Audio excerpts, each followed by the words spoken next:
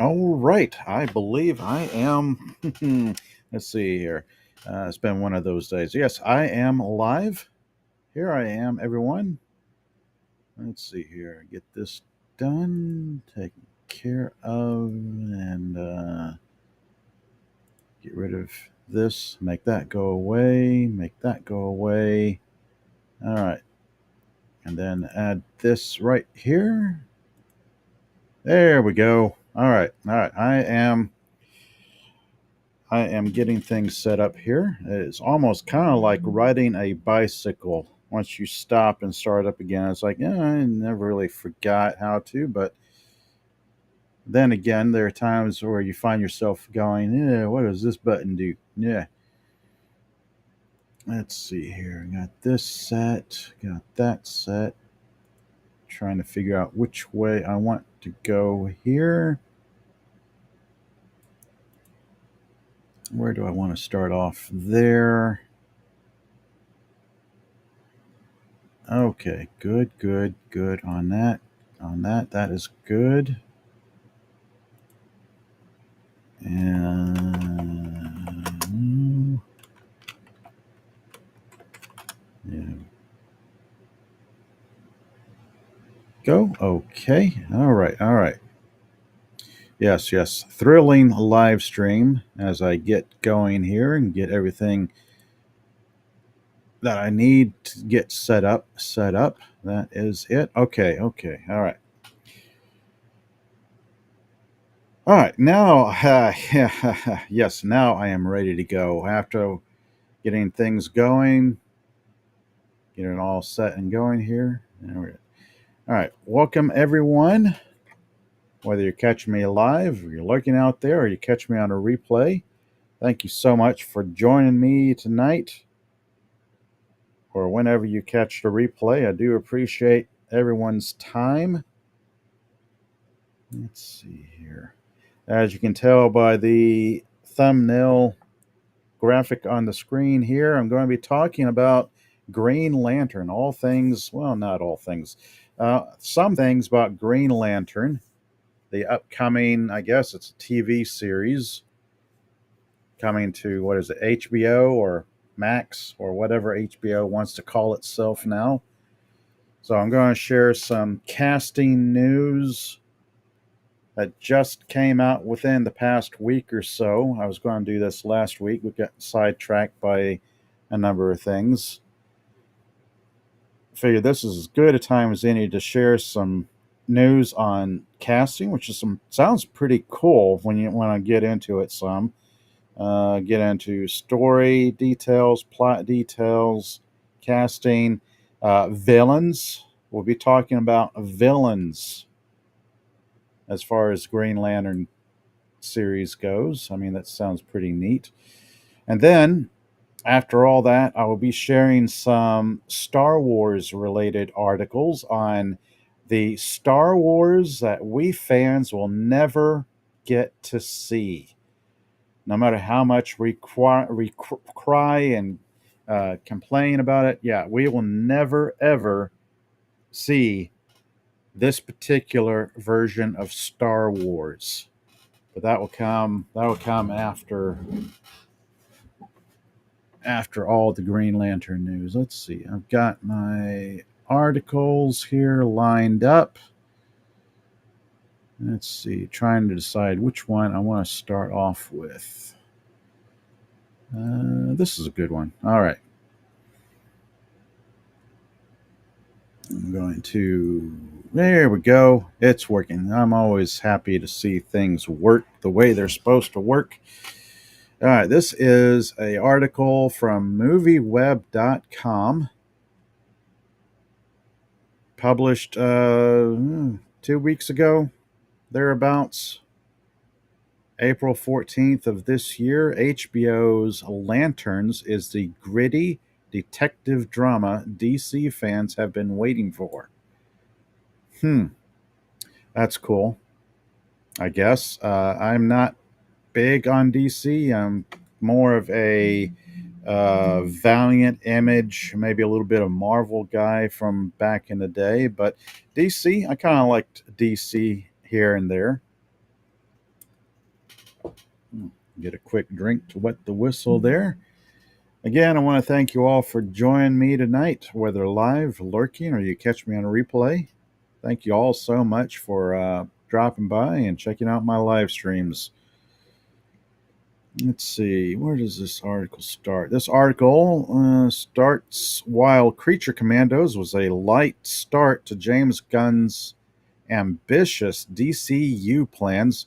2025 is when things go into high gear with the release of Superman in July, followed shortly by Peacemaker Season 2. The DCU's 2026 is already taking shape and looking bright thanks to Lanterns coming to HBO. The series is an adaptation of the Green Lantern mythology, a concept that the previous DCEU seemed hesitant to touch following the disastrous results of 2011's Green Lantern series, or movie rather.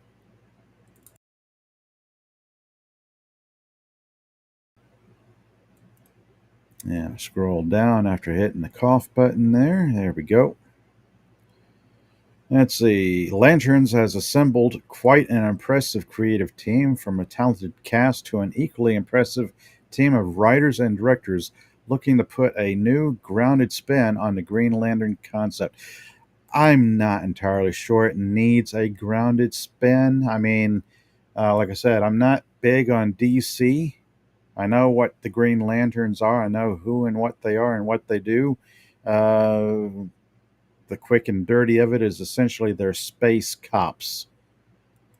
They're super powered space cops. As long as their Green Lantern rings have enough juice in them for them to actually do the stuff that they do. I'm not entirely certain about the concept of this show, but the more I think about it, I'm open to the possibility of this HBO Lanterns series. Let's see. The cast of Lanterns. Let's see. Lanterns will put two of DC Comics' most famous Green Lanterns front and center, Hal Jordan and John Stewart. So I'm guessing these are the main lanterns here. Here is Hal Jordan, John Stewart, and of course Guy Gardner, who will be introduced elsewhere. Hal Jordan will be played by Kyle Chandler, best known for playing Coach Eric Taylor on the hit series Friday Night Lights. Chandler is also known for his work in films like King Kong, Super 8, Argo, and Zero Dark 30. Okay, so it sounds like he's got the acting chops there. Not the first person that would come to mind after thinking of Green Lantern Hal Jordan, but it could work. I'm open to the possibility of that casting working.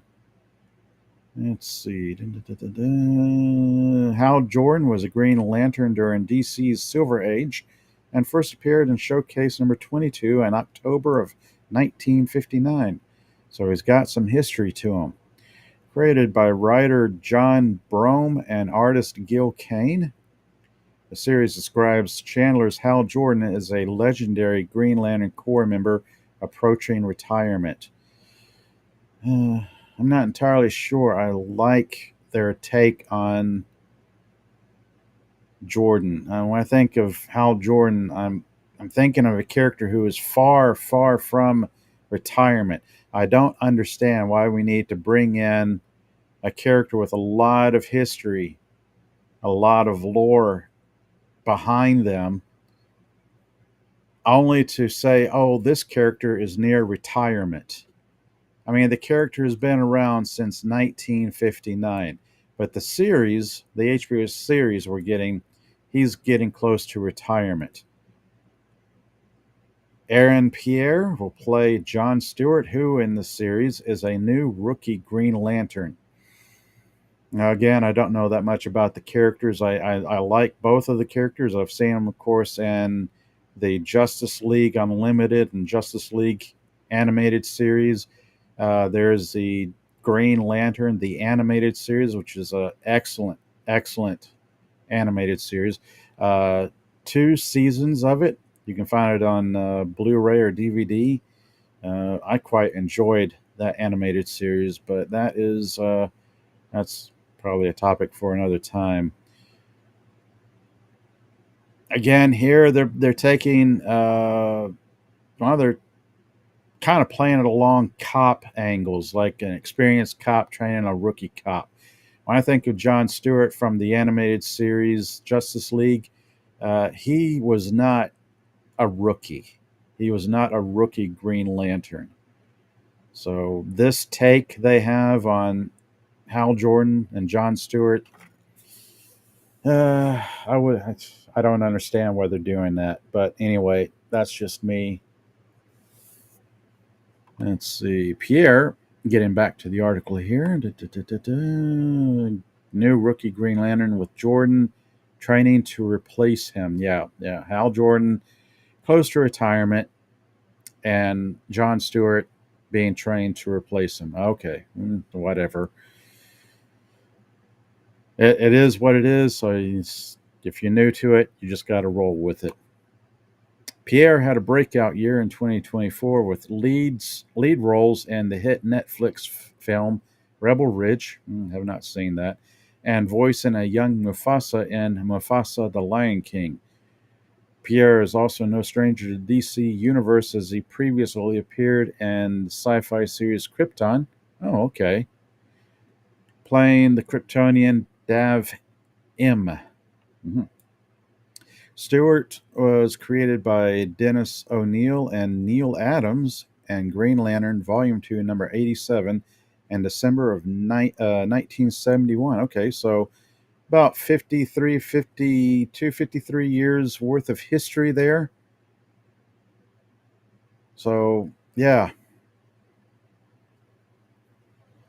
I don't know the characters. I feel like I might need to go back and reread the comic book characters because I'm getting a sense that they are jumping over multiple decades of comic book lore here and putting their own spin on it. But that is typical for adaptations of comic book characters. Scroll down here. Okay, the series will also feature 2 other DC Comics characters.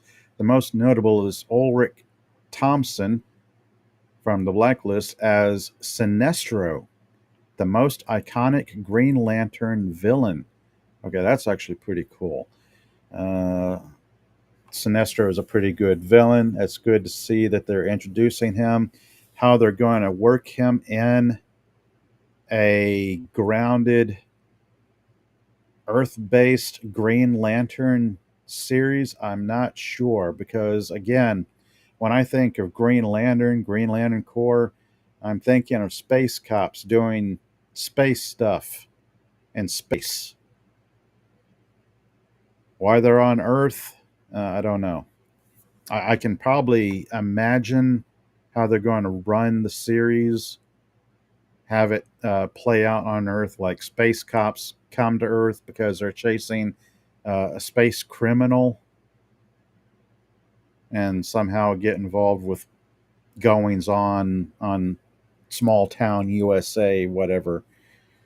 Anyway, let's see. The most iconic Green Lantern villain. His role in the series is much like his comic book history. A former Green Lantern who fell to the side of evil and was once a friend and mentor to Hal Jordan. After his role in Superman, Nathan Fillion will reprise his role as the Green Lantern Guy Gardner. Okay, that sounds pretty cool. Probably 10, 20 years ago, Nathan Fillion was probably fans' pick for the role of Hal Jordan. This is my commentary, but now I'm on the fence about Nathan Fillion as Guy Gardner. This is Nathan Fillion as the bowl cut version of Guy Gardner. And my understanding is the character has grown quite a bit. He's gone from hothead, know it all, no nonsense, bowl cut wearing Green Lantern. And then they changed the character in a rewrite where he's more of a, shall we say, Marine drill sergeant type character with a different haircut. I actually like the sound of the Marine drill sergeant type Guy Gardner. I would have liked to have seen Nathan Fillion and that version of the Green Lantern character, but this is what we're getting. Let's see. Gardner is typically seen as the Green Lantern who is often overlooked in favor of Hal Jordan and John Stewart. I understand he's got a fan following, so it's interesting to see his role in the series and how big of a part he will have. Sounds pretty cool. It sounds like they've got a lot of material to work with from the comic books, but again, we probably got a year or so for the series to hit. So plenty of time for speculation, rumors, maybe even something resembling a trailer at some point. The sheriff, let's see, other cast members include Kelly MacDonald of Boardwalk Empire as Carrie, the sheriff of the town that the lanterns will take place in. So yeah, this is really striking me as small town USA, not much going on, not as opposed to your major metropolis, big city where everything happens. Let's see. And as one of the main characters of the series, Jason Ritter of Gravity Falls will play Carrie's husband, Billy Mackin. He is the son of one of the show's villains, William Mackin, played by Garrett Dillahunt. That name sounds familiar. Raising Hope. Garrett Dillahunt. Maybe I'm thinking of another Dillahunt. I'm not sure. Anyway, William Mackin is described as self-righteous and conspiracy-minded modern cowboy. Okay. Porna Jagannathan.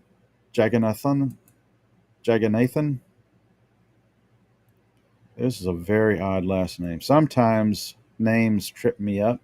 And then, all right, has been cast as Zoe, rumored to be Hal Jordan's love interest. That's interesting. One mysterious addition is Chris Coy of The Walking Dead, a guest star playing a character named Waylon Sanders, a character whose true identity is seemingly unknown within the series as a mystery. Let's see. Audiences will get to see a bit of John Stewart's backstory as his parents have been cast. Okay, his younger versions, implying flashback sequences or even an entire episode. Okay, that's neat. Scrolling down here, what is Lanterns about? Lanterns will follow Green Lantern vet Hal Jordan, who is training rookie John Stewart to investigate a murder in Nebraska. Okay, small town Nebraska. Their investigation will lead them to darker mysteries and reckonings with DC Studios presidents James Gunn and Peter Safran, saying the mystery the duo investigates will lead to a central plot of the DC universe they are building. Okay. This is interesting. This could possibly work. Something going on in space, landing on Earth, Green Lanterns investigate, and it turns into a series of events that lead to something bigger. Lanterns is also expected to follow the events of Superman and Peacemaker Season 2. Okay, so you got some homework here, but you have to watch the new Superman movie and then Peacemaker Season 2. Series is not said to adopt one specific run for the comics, but will draw heavily from Green Lantern mythology. And we got some pictures up here. We got the Green Lanterns, various Green Lanterns back here. Yeah, Hal Jordan, John Stewart, and I don't know who that is in this image. And then John Stewart right here. Let's see. When it was first announced in January 2023, Lanterns was described as similar in tone and vibe to True Detective. Okay. Okay, I enjoyed True Detective. If they can pull this off with a space cop feel to it, I will keep an open mind, so to speak. Contrasting with more intergalactic space opera that fans commonly associate with the character, Lanterns is a replacement for the previously planned Green Lantern Corps series that was being developed for Max under the original DCEU regime. The series would have featured characters like Alan Scott, Simon Baz, Jessica Cruz, and Finn Whitrock as Guy Gardner. Okay. Lanterns instead will be more Earth-based story and an HBO character drama. Okay.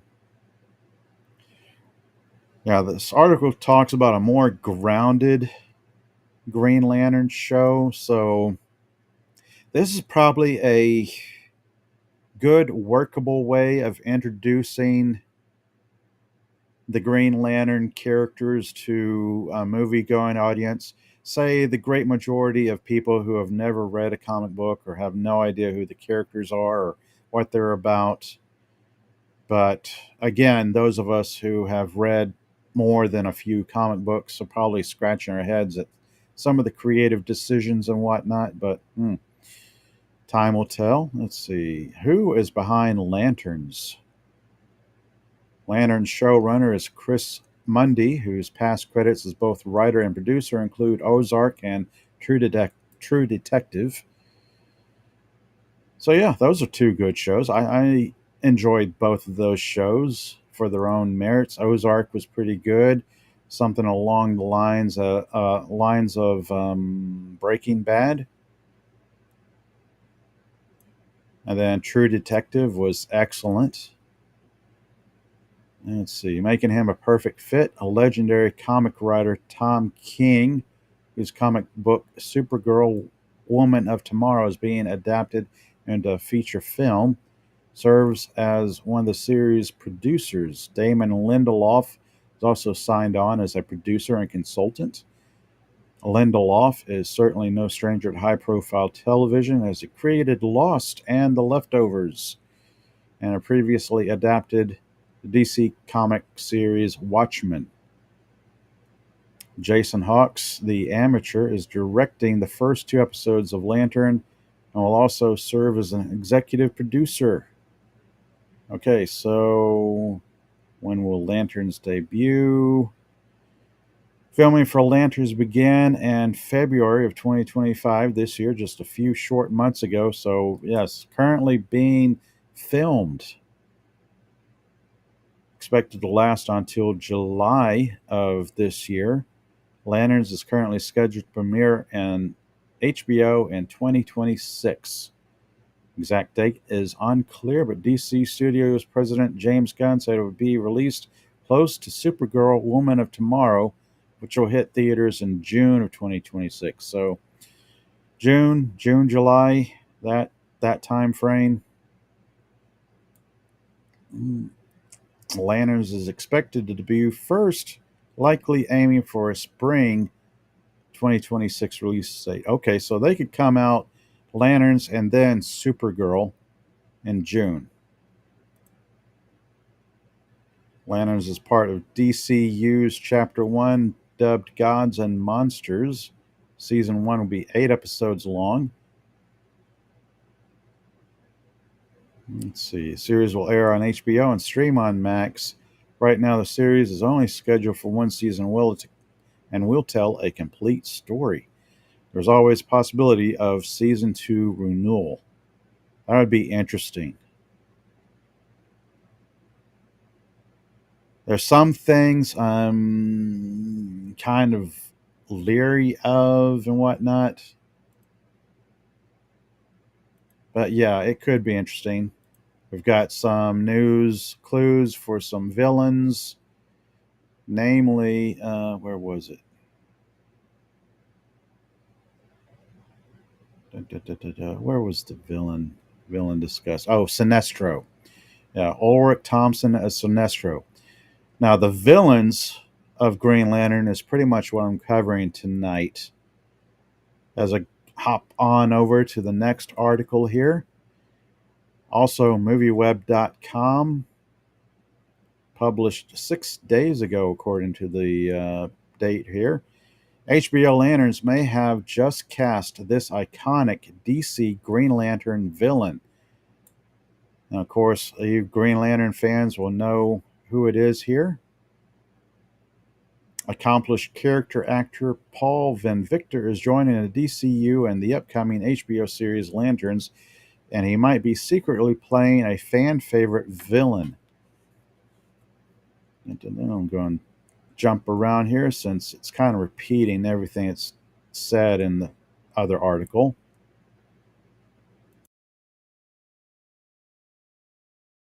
Let's see. Deadline reports that actor Paul Ben Victor has signed on for a recurring role in the DCU's Lanterns. Best known for his role on hit TV shows like The Wire and Entourage and Nobody Wants This, as well as a memorable role in the 2003 film Daredevil.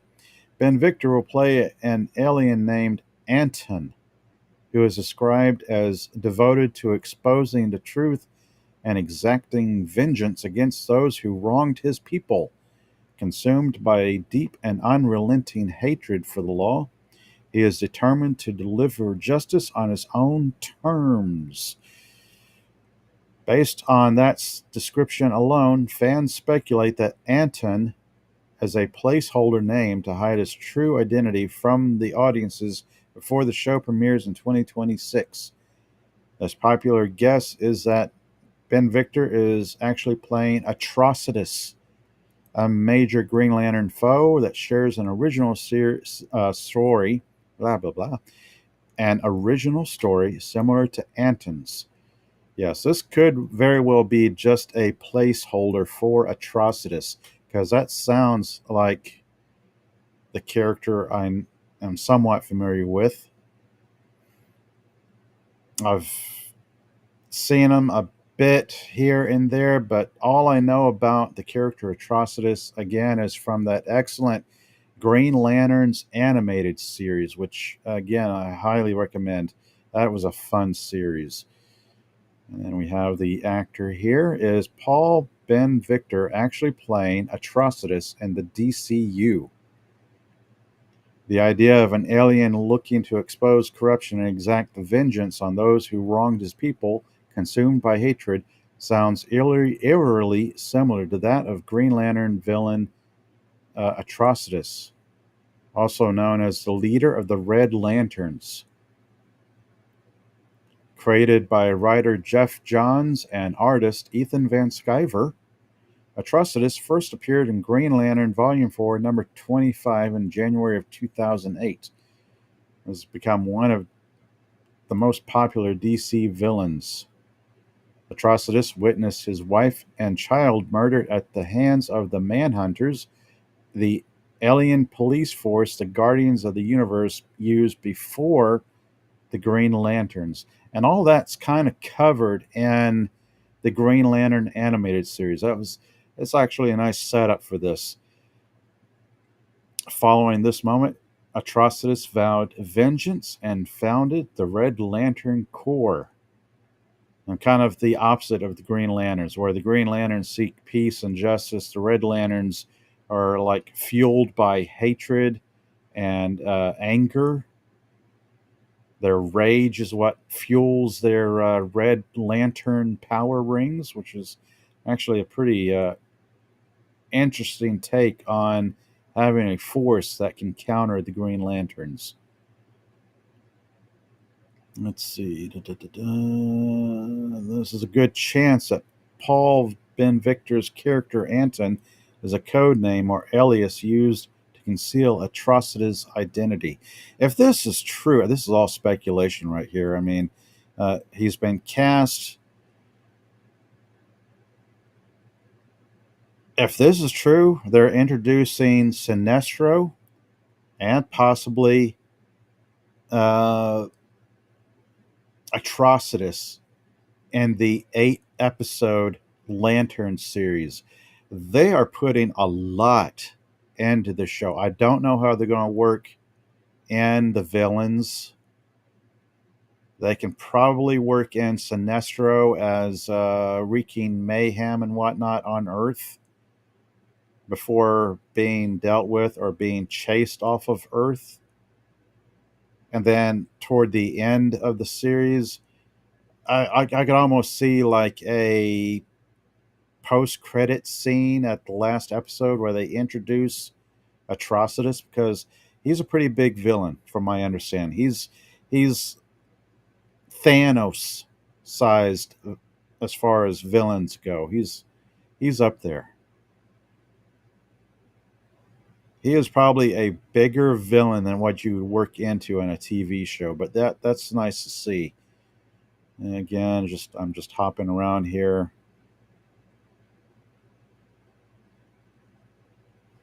Then I was looking up Atrocitus earlier. I found this photo, this image of him with, I'm guessing, Green Lantern Hal Jordan almost drowning in a pool of blood here. Then Atrocitus acting rather victorious. You get some flame coming out of his mouth, so that's pretty impressive.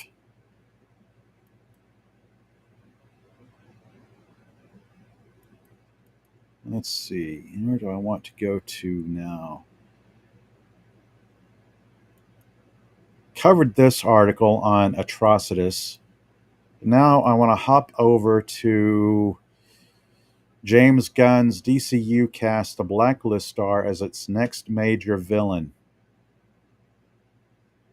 This is also MovieWeb.com, published January 25th of 2025. This is where we're getting into Danish actor and filmmaker Ulrich Thomsen as joining the DCU cast, or the DCU, as the greatest Green Lantern villain. Production on Lanterns, upcoming HBO series, so and so on. Now, pretty much repeats everything I've talked about in the first article.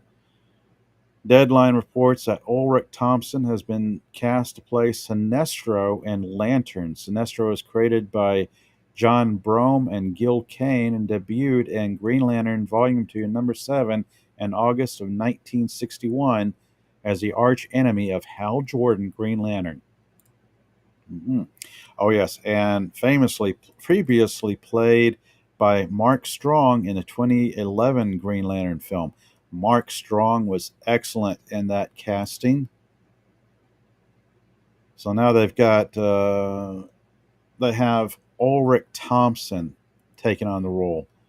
Let's see. Thomsen is best known to American audiences for his roles in hit television series like Banshee, The Blacklist, and The New Pope, and films like the 007 movie The World Is Not Enough and the thriller Killing Me Softly. He is also an accomplished Danish actor, appearing in critically acclaimed films like Festen, Arvin, and Brodry. Not familiar with that, but okay. Let's see. Who is Sinestro? And we got some images here, which is pretty nice. We got the comic book character villain Sinestro, a yellow lantern, powered by his yellow power ring. We got the actor there. Another shot of the actor. Okay, let's do this. Let's flip between this image and the comic book character. Yeah, I can see that. I can really see this casting for Sinestro. Okay. I can kind of remember him in what was it? Blacklist and The World Is Not Enough. Okay, so that gives me a little bit of background for the actor. This looks like a good casting. Let's see. As the article continues, Thompson being cast as Sinestro is interesting given that The Lanterns has been described as an Earth based series. One wonders how the intergalactic villain will factor into the story. That's a very good point. Sinestro's story in the comics involves him as a former mentor to Hal Jordan before turning on the Green Lantern Corps, and his role might be entirely in flashbacks. In the present day set story, it is likely Jordan defeated Sinestro and the villain is locked up, or the character is still roaming the galaxy, setting up for a future threat. And I actually like this a lot better. I like this speculation a little bit better because uh, the one thing about these comic book characters, whether it's Marvel or DC or whatever, is in the comic books, they're great characters because they are recurring villains. Uh, that's the unfortunate take we've had on the MCU is where you introduce a villain and then poof, the villain is dealt with and goes away, and we never see that villain ever again. But I get the impression from what little I've read in these articles is that they might have a different take or a different plan with their villains. And that's what makes a villain good is if they're a recurring villain. Let's see, where am I time wise? Okay, I've been rambling on here for a little over 30 minutes, 38 minutes. Again, I want to thank you all for joining me tonight, whether you're live, lurking, or you catch me on a replay. Thank you all so much for joining me and checking out my live streams and what I do here. I've been sharing some news on the Green Lantern TV show that is hopefully coming sometime in 2026. Sharing a great bit of detail on the villains that we might see in the Lanterns TV show. We will definitely see. Uh, we'll definitely see this actor cast as Sinestro, which will be really entertaining, I believe. I've been hopping and skipping around here. Let's see. Thompson's casting as Sinestro is the latest in a string of recent announcements for the DCU. Supergirl, Woman of Tomorrow cast Jason Momoa as Lobo. That right there is pretty big. I mean, that's Jason Momoa as Lobo is probably a solid fan favorite pick right there. I believe he could do the character justice. Let's see here. Da, da, da, da. Nothing new in this article aside from given the stat, given the character Sinestro's status as one of the most iconic villains, it feels like Thompson will be around for more than just one show. I certainly hope so.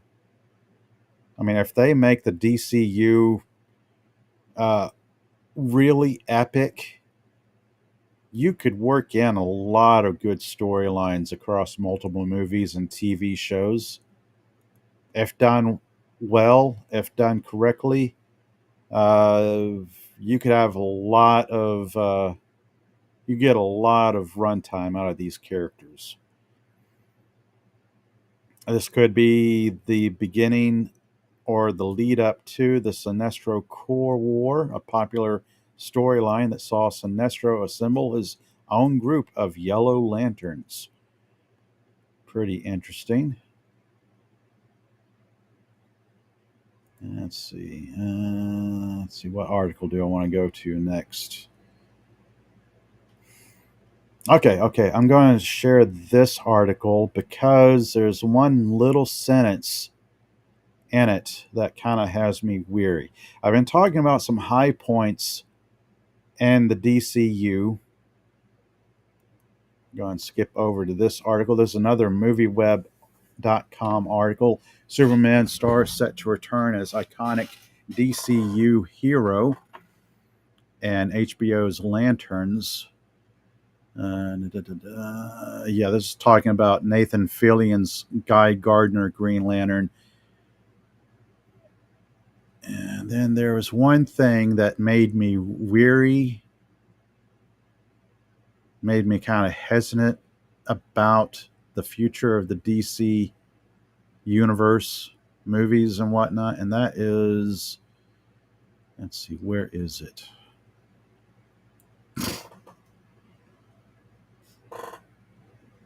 Talking about, oh, here we go. Lanterns director teases DC's show's unique tone.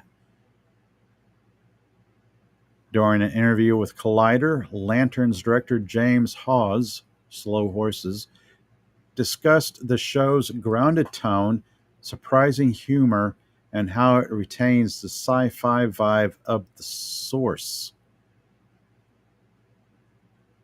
And this is it right here that kind of makes me weary. Hawes teases that the Green Lantern show is enriched with a rich vein of humor running through it. Now, I'm not entirely sure about that because what little I know about Green Lantern, Hal Jordan, what little bit I've read in the comic books from, I'll say, the mid to late 80s, I don't remember that much humor being in the comic books.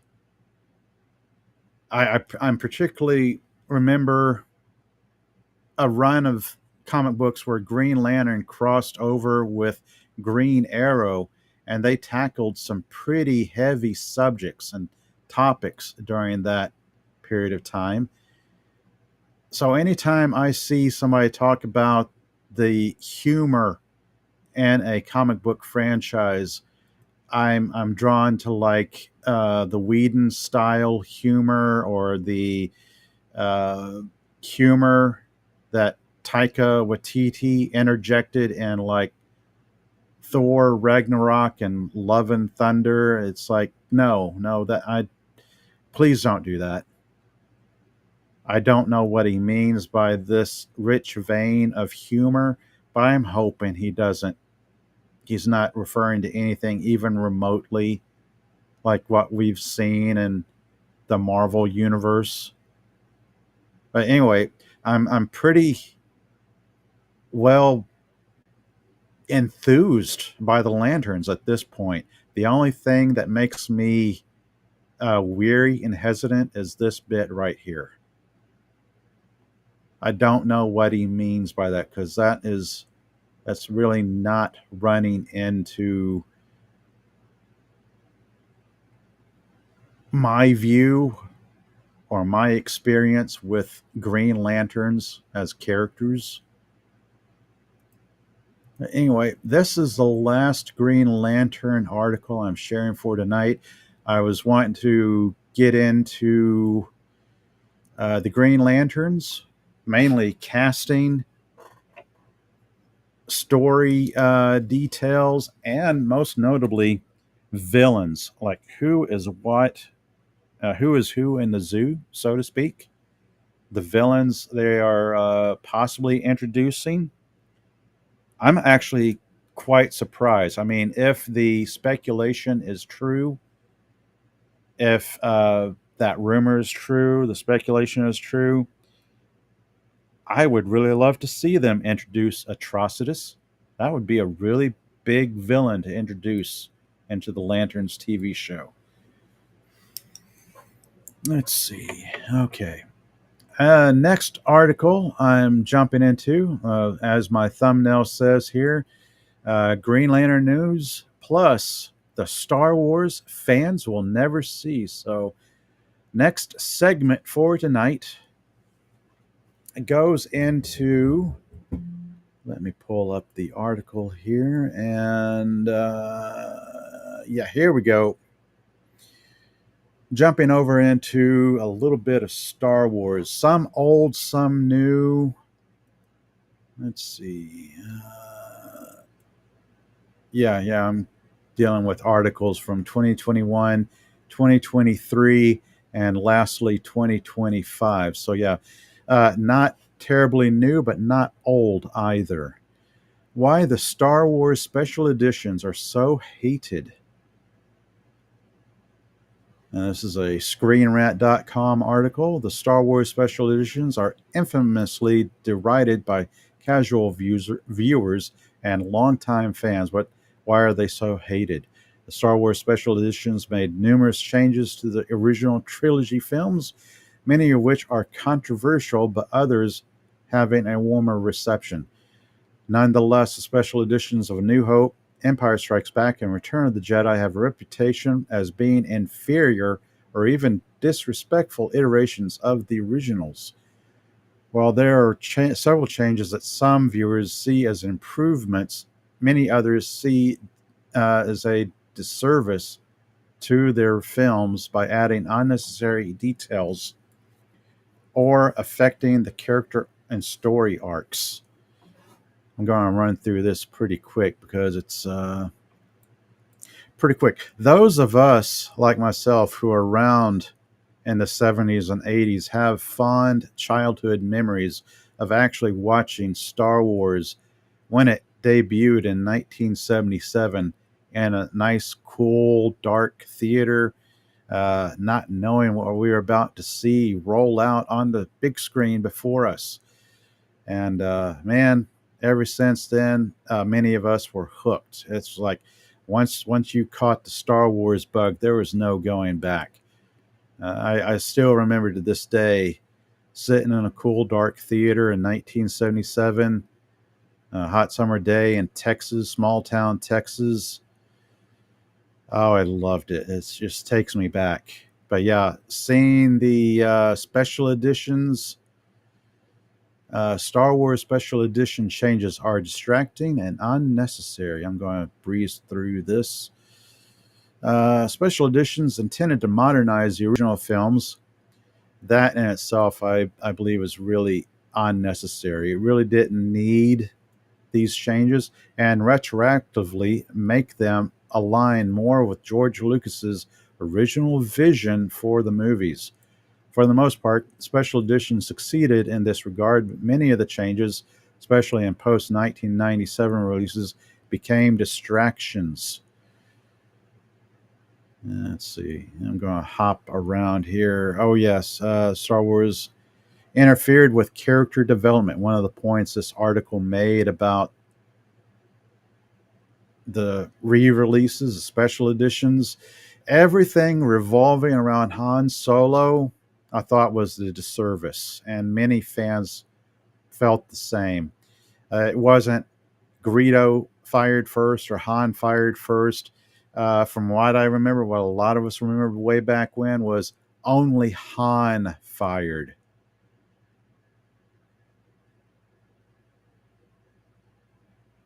Let's see. I'm not going to rehash this. Everybody knows it at this point.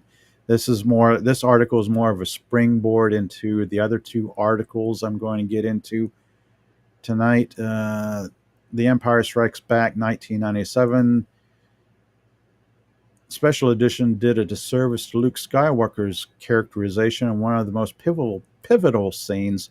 After learning that Darth Vader was his dad, Luke allowed himself to fall into Cloud City Abyss, whether to join, face certain death, silent dignity.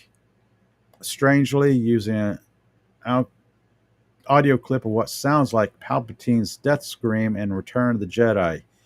This edition was removed in a 2004 DVD special edition and remained gone from all subsequent releases. Oh, I see in the chat, Buddy Hepburn. Hello there. Thank you for joining me out of the chat. Good to see you here tonight. Thank you for joining me.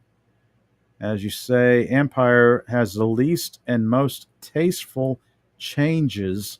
The ones in Star Wars tend to ruin moments of the film. Yes, I agree. That's probably the broad consensus among many fans. Let's see. Hopping and skipping around here. This one, I wasn't going to go into too much depth on this article. Leads me to this one right here. Yet another Screen Rant article. Original unedited Star Wars without Lucas's changes streaming on Roku. What is going on? This is March 3rd of this year, 2025. The original unedited version of the first Star Wars movie is currently available on Roku. Well, what's going on? George Lucas always considered the original trilogy to be works in progress. He made his first changes to the 1977 Star Wars movie back in 81 when he added the subtitle Episode 4 A New Hope. These changes were minor compared to the Star Wars special editions, and the versions currently on Disney Plus are the result of his final tinkering. Surprisingly, the original unedited version of Star Wars, even predating the Episode 4 A New Hope subtitle, is currently available on Roku. Now, I don't know about this because before I went to stream tonight, I tried to find this on my Roku and was unable to. So I suspect at one time it was maybe airing or streaming on the Roku channel, but has since been taken down. A relatively poor quality upload can be viewed on the Cinema Box app. Okay. I'll have to, I guess, add Cinema Box to my Roku and look for it there. Appears to be drawn from the 2006 version that Lucas included as a bonus feature with the special editions. Screen Rant, as the article says, is reaching out to Disney and Roku for comments. Why did George Lucas make so many changes to the Star Wars movie? Lucas's first alteration, adding A New Hope as a subtitle, was made because he changed his plans for the franchise. He did a lot of changing here and there since then. Buddy Hepburn's saying in the chat, I believe they shut down the channel showing it on Roku entirely. That is possible. That's probably why I couldn't find it at all. I searched for it a couple of nights trying to find it. But yeah, I would not be surprised if Disney threw their weight around and said essentially, hey, take this down, or nope, no showing this. Let's see. He intended the special editions to fix these issues. Also made subtle narrative changes, most infamously the Han shot first scene in A New Hope. And Lucas offered fans a bone by releasing the original versions as 2006 bonus features, but the uploads were poor quality. Why aren't the original Star Wars films on Disney Plus? Disney is unlikely to release the original Star Wars in part out of respect for Lucas himself. He considered the films to be his property, his vision, and the changes to be necessary to realize that vision. More recently, Lucasfilm's Jon Favreau has argued that not enough people want to see them anyway. I'm going to argue that in the next article I cover here tonight. According to Favreau, modern audiences have a different relationship with Star Wars and wouldn't be interested in the originals.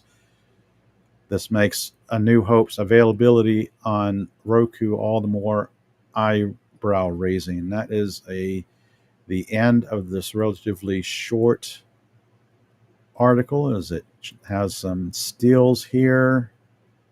All right. Springboarding right over to the last article I'll be sharing for tonight. Why won't Disney release the original Star Wars films? This is March 7th of 2023. Creator of The Mandalorian, Jon Favreau, may have offered up some details as to why it is unlikely for Disney to ever release the theatrical versions of the original Star Wars trilogy. Some younger fans may not know the difference. However, any longtime fans of Star Wars will remember the original trilogy differently from the versions commonly seen recently. Skipping around, skipping down. In an interview with Movie TV for The Mandalorian Season 3, Favreau was asked whether he had enough pull within Lucasfilm to see the theatrical versions of the original trilogy released in HD. They asked, "Do you think anybody but us, like the people who grew up with it, would care?" That's what I figured out. That the younger people have a whole different perception of what Star Wars is. You know, each generation, for the millennials, it's the prequels. For the younger people, sometimes it's the Clone Wars. While Favreau going on to state that The Mandalorian was an attempt to appeal to both the younger audience with a different perception of Star Wars and the older generation who know the older editions, original editions of the Star Wars trilogy, he offers some interesting insight as to why Disney probably will not release the original trilogy as they initially were in the 70s and 80s. Given his current position, he's not likely to have that kind of pull for such a decision either. Is Jon Favreau right about the original Star Wars films? This article goes on. The fact is, I'm going to argue this point right here. Favreau is arguably right about his views on the original Star Wars films. Outside of the generation that grew up with those versions before Lucas Special Editions, there are not many Star Wars fans that would care about the original cuts. And that is pretty much the end. I'm not even going to finish reading this article. Respectfully to Jon Favreau, I would argue that yes, there are legions and legions of fans out there, both young and old. Those of us who are around way back when to remember watching it in a theater the first time it came out. I think there are enough fans out there who would clamor for the original editions to be released in HD, or even just to have that option. Give fans that option. I would be willing to bet that if Disney put out Blu-ray editions of the original Star Wars trilogy with, say, color corrections and minor alterations like cleaning up the film negatives and whatnot, if they release those on 4K Blu-ray, they would sell like hotcakes. Seriously, I would go into like credit card debt to buy that spiffy box set, that super duper deluxe 4K Blu-ray box set with extras. I would buy that in a heartbeat, Mr. Favreau. Fans all over the world would buy that. So yeah, to say that there's not enough interest, not enough people who would care about it, no. Please give us the option of even having that out there. I would love to have that because I would buy that box set of the despecialized edition, the non-special edition, 4K Blu-ray spiffy super edition box set. I would set that next to the VHS trilogy that I own. It would be sitting on my DVD shelf next to my Laserdisc box set of the original trilogy. It would be sitting next to the DVD editions of the originals and the Blu-ray super set of the prequels and the original special edition originals. I mean, you got to take into account that Star Wars made fandom what it is today. There is desire among fans for not only the original trilogy, but the original trilogy refreshed, updated, given the HD release. Fans would clamor for it. Fans would. We waited in line just to buy tickets for the prequel trilogies when they first came out in theaters. People were camping out just to watch the first prequel movie in a theater. So yeah, I would dare say there is plenty of interest out there to re-release the unaltered, unedited original trilogy. Please just do that, just to give us fans the option of having that alongside the special editions.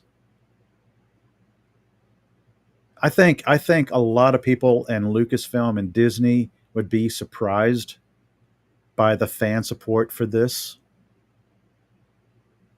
I don't. I'm not a betting person, but if I was a betting person, I would bet money that they would sell these hand over fist. They would be selling so much of these they'd have to like make more. Like you say, you released say a limited run, well, that limited run would be snatched up quickly. Like I said, there's those of us out there who have the original trilogy on Laserdisc. I even have the original trilogy on uh, official VCD. Star Wars makes fans collectors. We collect anything and everything with Star Wars on it. Lunchboxes, action figures, toys. There's bed sheets out there for crying out loud with Star Wars splashed all over it. For those of us who grew up in the 70s and 80s, we have fond memories of flipping through the Sears toy catalog, looking at all things Star Wars. So yeah, uh, not enough fan interest. I think respectfully, you would be surprised by the amount of fan interest in having the original trilogy refreshed and re-released on physical media. We couldn't get enough of it. I think if there's enough fan outcry, maybe someday, I don't know when, maybe we will see a Disney release of the original trilogy. It's certainly enough interest in the fan community for it, enough talk over the years, over the decades for it, pointing to other franchises. Well, I can point to the other big sci-fi franchise, Star Trek. When Star Trek the Motion Picture was recently released and its special edition, fans ate that up. I myself have that special edition box set for Star Trek the Motion Picture and 4K Blu-ray. Loved every minute of it. I can't tell you how many times I've watched Star Trek the Motion Picture. I can't tell you how many times I've watched and rewatched Star Wars Episode 4. Same goes for Empire Strikes Back, Return of the Jedi. Uh, please give us fans the option of just having the original trilogy on Blu-ray, unaltered, unedited. I truly believe that Favreau and the higher ups in Disney Lucasfilm that make these decisions, I think they would be really surprised by the amount of fan interest out there. Uh, I believe it's something that would span the generations, not just Gen X, Gen Y, Gen Z, millennials, and whatnot. I think you would have fan interest across multiple generations for the original versions. If I were ever to meet Jon Favreau, I would really ask him, please, if you have any pull in Lucasfilm, Disney, please consider releasing the original trilogy. You would really be surprised, I imagine.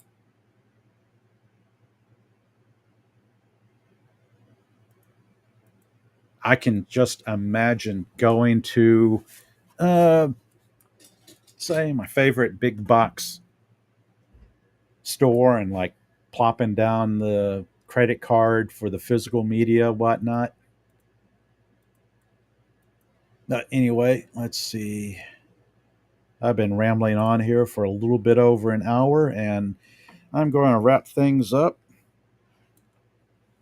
Time to time, I go an hour, hour and a half, sometimes 2 hours. That's why I like to joke about weaponizing my insomnia, but after a long day, I start to run out of steam, and that's what I'm doing right now is slowly running out of steam, and I've got a big day for tomorrow. So, yeah, getting close to midnight my time, and I'm going to wrap things up. I want to thank you all for joining me tonight, whether you're live, lurking out there, or you catch the show on a replay. I do appreciate your time. Thank you for joining me. If you like what I do, what I yammer on about, feel free to hit that like button. Leave a comment about what you think about the Green Lantern news, or leave a comment kindly about your thoughts on the original Star Wars trilogy. Would you love to see the original Star Wars trilogy released unedited, unaltered on 4K Blu-ray? Let your voice be known. Fandom unite. Let's see who joined me in a chat. Buddy Hepburn. Buddy Hepburn, thank you for joining me in the chat. Very cool to see you here tonight. Thank you so much for commenting on Star Wars. Appreciate your time hanging out here tonight. Let's see. There is my ending theme music. I'm going to go ahead and call it for tonight. As always, everyone, thank you for hanging out or checking out my live stream on replay.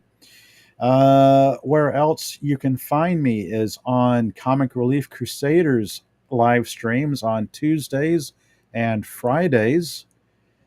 And let's see, I may be returning Thursday evening, 10 p.m., 10 or 10:30, where I will be doing another live stream talking about something. I don't know what yet. I have not determined the topic for a Thursday live stream. Oh, yes, Buddy Hepburn chiming in saying good night and have a great rest of the week. Thank you. You as well. Appreciate you hanging out here tonight. So very cool to see you here. And anybody else lurking out there, I do appreciate your time. Let's see. And with that, until next time, everyone, life is too short for bad entertainment. Go watch something you enjoy. Go pick up a good book or a good comic book. Kick in my ending theme. Here we go. Until next time, everyone. Later.